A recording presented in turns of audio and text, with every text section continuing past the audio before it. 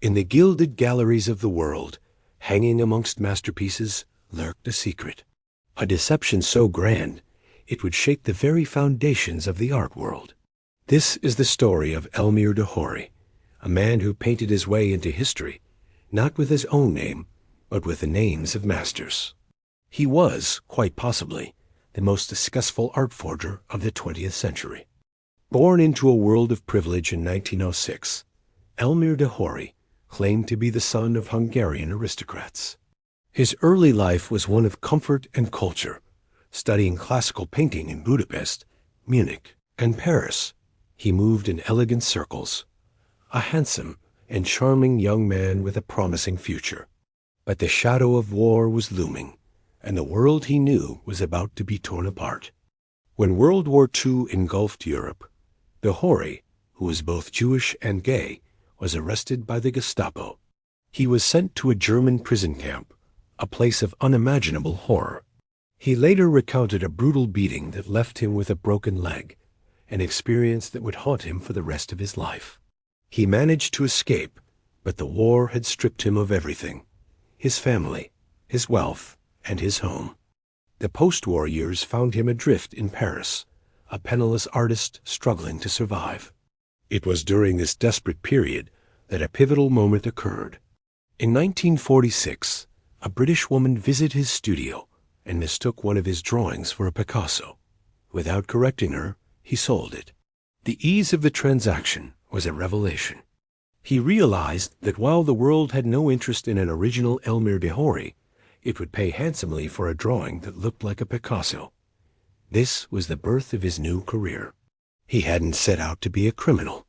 He was simply trying to eat. Elmyr's genius wasn't just in copying. It was in capturing the soul of an artist. He didn't reproduce existing works. Instead, he created entirely new pieces in the style of his chosen masters: Picasso, Matisse, Modigliani, Dufy, Derain. He would immerse himself in an artist's life and work, studying their brushstrokes, their color palettes, their evolving styles, until he could think and feel like they did. His technical skill was astounding. He bought old canvases and frames from flea markets, carefully mixing his own pigments to match the chemical composition of the era. He would artificially age his creations with a varnish of his own making, baking them in an oven, and sometimes even leaving them out in the rain to achieve the perfect patina of age.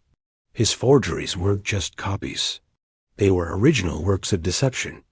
For years, he operated on his own, selling his fakes to galleries and collectors across Europe and America. But his operation went global when he met two ambitious partners, Fernand Legros and Riel Lessard. Legros was a charismatic but ruthless art dealer, and Lessard was his young, handsome companion. Together, they formed a formidable trio. While de Hory painted tirelessly, Legros and Lessard traveled the world, armed with fake certificates of authenticity, weaving elaborate stories about the painting's origins. They sold de Hory's works to prestigious galleries and wealthy, unsuspecting collectors, from Texas oil magnates to Japanese industrialists. The money poured in. De Hory, Legros, and Lessard lived a life of extravagant luxury. They threw lavish parties in their Ibiza villa, drove expensive cars, and traveled in first class. Elmyr, once a starving artist, was now living the aristocratic life he felt was his birthright. For nearly 2 decades, their audacious scheme went undetected. The art world, it seemed, was more than happy to be fooled. Museums unknowingly exhibited his work, and experts authenticated them as genuine masterpieces. By his own estimate, he created over 1,000 forgeries that infiltrated the global art market.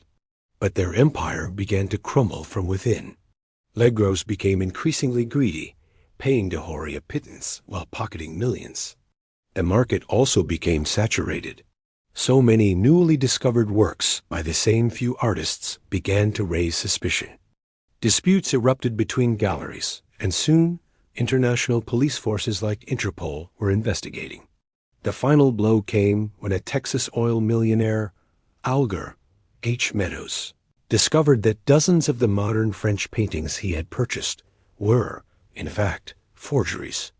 The trail led directly back to Fernand Legros and his mysterious supplier. The jig was up. In 1968, Elmyr de Hory was put on trial in Spain. However, the case was a legal tangle. No collector who had been fooled wanted to admit it, and proving a painting was a fake without the artist's own testimony was incredibly difficult. In the end, he was convicted not of forgery, but of homosexual conduct and associating with criminals, and served a brief 2-month sentence. Rather than disappearing in shame, Elmyr de Hory was reborn as a celebrity. He collaborated with the author Clifford Irving on a biography titled Fake, which became a bestseller. Suddenly, the world was fascinated by the charming forger who had duped the experts. His fame reached its peak with the 1973 Orson Welles film, F for Fake, a groundbreaking documentary that blurred the lines between truth and illusion, with Elmyr as its charismatic star. He was no longer a criminal. He was a folk hero, a trickster who had exposed the pomposity and greed of the art establishment.